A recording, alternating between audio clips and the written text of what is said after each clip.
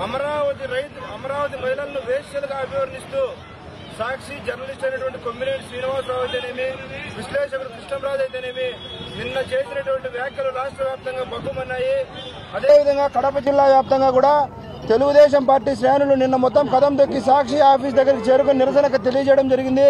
అక్కడే ప్రతి స్టేషన్ కు సంబంధించి కంప్లైంట్ కూడా ఇవ్వడం జరిగింది. సాక్షిలో పనిచేసినటువంటి యాజమాన్యాన్ని అలాగే విశ్లేషకుడైనటువంటి శ్రీనివాసరావును, కృష్ణంరాజును వెంటనే అరెస్ట్ చేయాలని చెప్పి కూడా నిన్న పిలుపునివ్వడం జరిగింది. ఈ స్పందనకు పెద్ద ఎత్తున కడప నియోజకవర్గంలోని మహిళలు కూడా కదలి వచ్చి వారికి మద్దతుగా మేము కూడా పార్టీలకు సంబంధం లేకుండా పార్టీలకు అతీతంగా ఈరోజు కడప నియోజకవర్గంలో పెద్ద ఎత్తున మహిళలకు సంఘీభావంగా మేము కూడా కదిలి రావడం జరిగింది. ఇలాంటి ఒక చర్యను రాష్ట్రం మొత్తం మహిళలను కించపరుస్తూ చేసిన సాక్షి ఛానల్ను వెంటనే బ్యాన్ చేయాలి.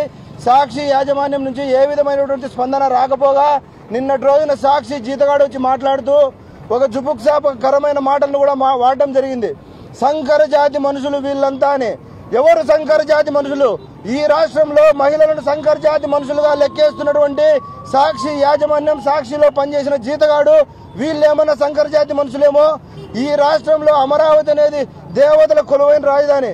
చంద్రబాబు నాయుడు గారు అయితేనేమి, కూటమి ప్రభుత్వం అయితేనేమి గతంలో కూడా దేవతలకు నిలయమైన రాజధానిని తెచ్చి అమరావతి రాజధాని పెడితే వాళ్లకు మహిళలు కానీ రైతులు కానీ పెద్ద ఎత్తున వాళ్ళ తాలిబొట్లను, వాళ్ళ బంగారు, వాళ్ళు దాచుకున్న డబ్బును కూడా అమరావతికి ఇటుగా పేర్చి ఇవ్వడం జరిగింది.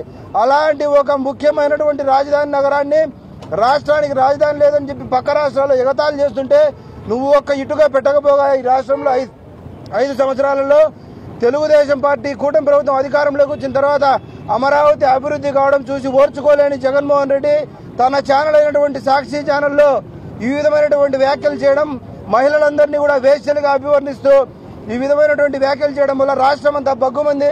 వెంటనే ట్రాయ్ నిబంధనలకు అనుగుణంగా లేని సాక్షి ఛానల్ను, అలాగే రాష్ట్రం మొత్తం మీద పెద్ద ఎత్తున మహిళల నుంచి విపరీతమైనటువంటి వ్యతిరేకత ఎదుర్కొంటున్న సాక్షి ఛానల్ను వెంటనే బ్యాన్ చేయాలి.